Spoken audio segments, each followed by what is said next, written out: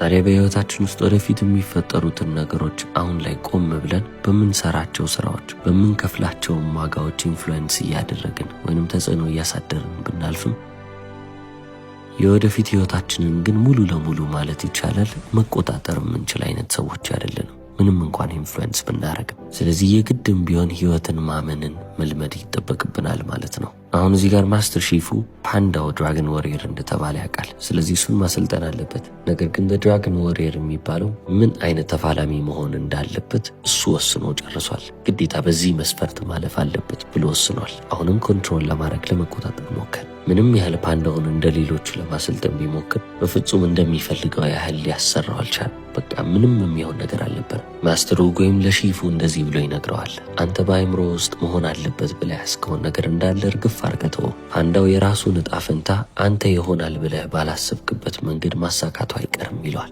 የፒች ዘር በመሬት ውስጥ ብትቀብር የምታገኘው የፒች ዛፍ ነው። አፕል እንዲበቅልልህ ወይንም ብርቱካን እንዲበቅልልህ ልትመኝ ትችላለህ። ነገር ግን የፒች ፍሬን ተክለሃልና የምታገኘው የፒች ዛፍ ነው አለው።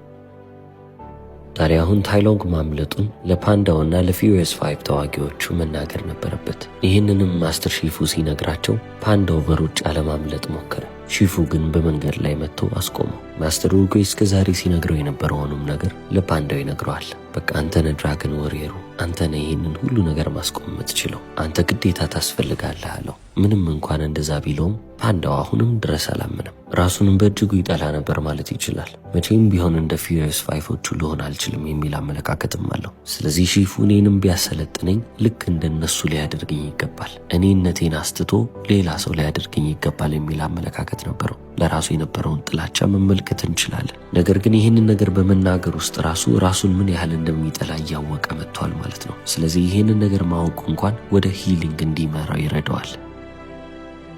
ይህም መንገድ ወደ ራስ መቀበል ሊመራው ይችላል ማለት ነው። እኔ ፓንዳ ነኝ፣ ስለዚህ እንደነሱ ልሆን አልችልም፣ እኔ ራሴን ብቻ ነው መሆን የምችለው በሚለው አመለካከት እንዲሄድ ይረዳዋል። አሁን በዚህ ሰዓት ላይ The Furious 5 የሚባሉት አምስቱ ምርጥ የሚባሉት የቻይና ተዋጊዎች ታይሎንግን ለመርታት በድብቅ ከጄድ ፓላስ ይወጡና እሱን ለመፋለም ይሄዳሉ። በዚህ ሰዓት ግን ፓንዳው አሁንም ካለው እውነታ ጋር ራሱን ማቋቋም ስላልቻለ ያንን ስሜት ለማፈን ብሎ አሁንም ወደሚወደው ምግብ ይመለሳል። ምግብ መብላት ሆነ ስራው። በሚያስገርም ሁኔታ ግን ምግብ ለማግኘት ብሎ የማይሄድበት ጥግ የለም። በጣም ክሪኤቲቭ ፈጠራን ያከለ ስራዎችን ይሰራ ነበረ። ይህም ደግሞ ሺፉን ሊያስደነግጥ ቻለ። እንዴት ነው እዛ ላይ ልትወጣ የቻልከው ብሎም ጠየቀው። ስለዚህ በዚህ ጥያቄ ውስጥም ሺፉ አንድ መንገድን በአይምሮ ላይ ቁጭ ያደርጋል። ይህንን ፓንዳ ማሰልጠን ያለብኝ በሚወደው ነገር ነው፣ በምግብ አሰለጥነዋለሁ። ይህም ያልተለመደ የተባለው መንገድ የበለጠ እየሰራለት እንደሆነ ሺፉ ልብ እያለ መጣ።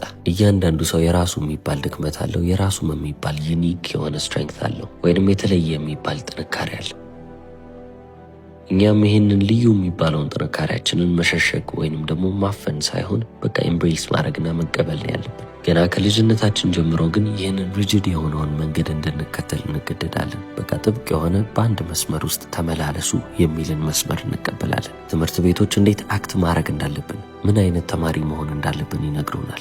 ራሳችንን መግለጽ ሳንችል ቀርተን በዛ መስመር ውስጥ ብቻ ፐርፎርም እያደረግን አክት እያደረግን እናልፋለን ማለት ነው። ሺፉ ግን ይሄ መንገድ እንደማያዋጣው ከተገነዘበና የፓንዳውን ልዩ የሚባሉ ተሰጥኦዎችን ተመልክቶ በዛ ተሰጥኦና ጥንካሬዎቹ በኩል ማሰልጠን ሲጀምር የዛኔ የተደበቁ የሚባሉትን ጥንካሬዎቹን እያወቀ እንዲመጣ ረዳው። በዚህ ሂደት ውስጥም ሁለቱ በጣም እየተቀራረቡ ቦንዳቸውም እየጠነከረ መጣ ማለት ነው። አምስቱ ምርጥ የሚባሉት የቻይና ተዋጊዎች ታይሎንግን ሊዋጉ ሄደዋሉ አላልኳችሁ? እነሱም ተመልሰው ወደ ጄድ ፓላስ መጡ። ሲመለሱ ግን ሙሉ ለሙሉ ተዳክመዋሉ። ሞትን ለጥቂት አምልጠው የመጡ ናቸው። ፓንዳውም እነሱን ሲመለከት በጣም መደንገጥ ጀመረ። ምክንያቱም እነሱን እንደ ጀግና ነው የሚመለከታቸው፣ እነሱን እያየን ያደገው። ታዲያ እነዚህ የቻይና ፊውሪየስ 5 የሚባሉት ወይም ምርጥ የሚባሉት አምስቱ ተዋጊዎች ሄደው ካላሸነፉት እኔ ማን ነኝ የሚለው ሀሳብ አይምሮ ላይ መጣ። የምር ዝግጁ ነኝ አይደለሁም የሚለው ላይ እስካሁንም ድረስ እያንገራገረ ነው ማለት ነው። እንደ እድል ሆኖ ግን ያንን ድራገን ስክሮል እስካሁን ድረስ አልከፈተውም። ሊሚትለስ የተባለውን ወይንም ያልተገደበ የተባለውን ኃይል የሚሰጠውን ሚስጥራዊ ስክሮል በእጁ ከከፈተ ሙሉ ነገር ማግኘት ይችላል። እዚህ ስክሮል ውስጥም ደግሞ የተደበቀው ኃይል ነው እንግዲህ ፊልሙን በጣም ምርጥና ውብ የሚባል ፊልም የሚያደርገው። ስክሮሉን አወረዱትና ፓንዳውም ተመለከተው፣ ምንም ነገር ሊያገኝበት አልቻለም። ሺፉም ተመለከተው፣ ምንም ነገር የለውም፣ ባዶ ነው። ውስጡ የጠበቁት የሆነ ነገር ነበር። ኤንሽንት ቴክስት፣ የጥንት የሚባል ጽሑፍ፣ የሆነ ጥበብ በውስጡ ይቀመጥልናል ብለው ጠብቀው ነበር። ውስጡ ግን እንዳልኳችሁ ባዶ ነው። የህይወትን ችግሮች በአንዴ ሊያጠፋ የሚችል ተአምራዊ የሚባል መፍትሄ አልተጻፈበት።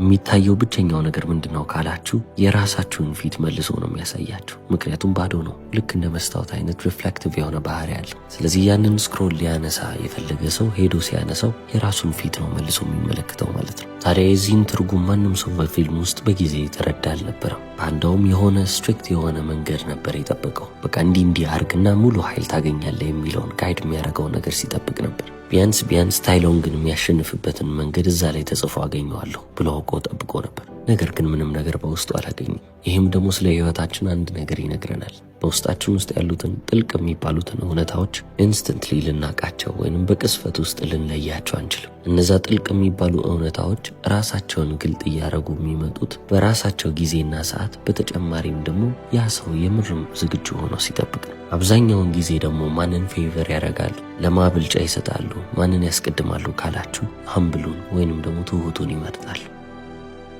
ሺፉን በፊልሙ ላይ አንድ አባባልን ሲናገር እንሰማዋለን። The mark of a true hero is humility ይላል። የአንድ ጀግና ምልክቱ ትህትናው ነው የሚለው። አሁን ታዲያ ድራገን ዋሪየር የተባለው ፓንዳ መልሱን ሊያገኝ አልቻለም። ታዲያ ጊዜ ደግሞ እየሮጠ ነው። ታይሎንግ ወደ ጄድ ፓላስ በሚያደርገው ጉዞ ላይ እየደረሰ ነው ማለት ይቻላል። ስለዚህ እኔ የራሴ ኃላፊነቴን እወጣለሁ ብሎ ማስተር ሺፉ ታይሎንግን በትንሹም ቢሆን ለማዘግየት ይወስናል። ለምንድን ነው እዚህ ጋር ራሱን ኃላፊነት ላይ የጣለው ካላችሁ የዚህ ሁሉ ነገር ተጠያቂ እኔ ነኝ ብሎ ሺፉ ያስባል። ምክንያቱም ታይሎንግን ያሳደገው እሱ ነው። ከልጅነቱ ጀምሮ ኩንፉን ያስተማረውም ራሱ ሺፉ ነበር። ታይሎንግም አሁን በጣም ፓወርፉል ሆኖ ወይንም በጣም ኃያል ሆኖ ኃይል የጠማው በተጨማሪም ደግሞ ኩራት የሚሰማው ቢስት እንዲሆን ያደረግኩት እኔ ስለሆንኩ እኔ ኃላፊነቴን ወስጄ እሱን ላቀዝቅዝ ይላል። በኩንግፉ ፓንዳ የመጀመሪያው ፊልም ላይ ወደ መጨረሻዎቹ አካባቢ ላይ ደርሰናል። እዚህ ጋር ግን ብዙ ትምህርቶች አሉ። እነሱን ደግሞ በቀጣዩ ቪዲዮ ይዤላችሁ እመጣለሁ። ታይሎንግን እንዴት አስቆሙት? ሺፉስ ምን አደረገ? ፓንዳውስ ምን ተማረ? ታይሎንግን ለማሸነፍስ ምን ያስፈልገው ነበረ? ከህይወታችን ጋርስ ምን አይነት ግንኙነት አለው? እነዚህን ሁሉ በቀጣዩ ቪዲዮ የምንመለከት ይሆናል። እስከ መጨረሻው ስለተከታተላችሁ አመሰግናለሁ። ቻው።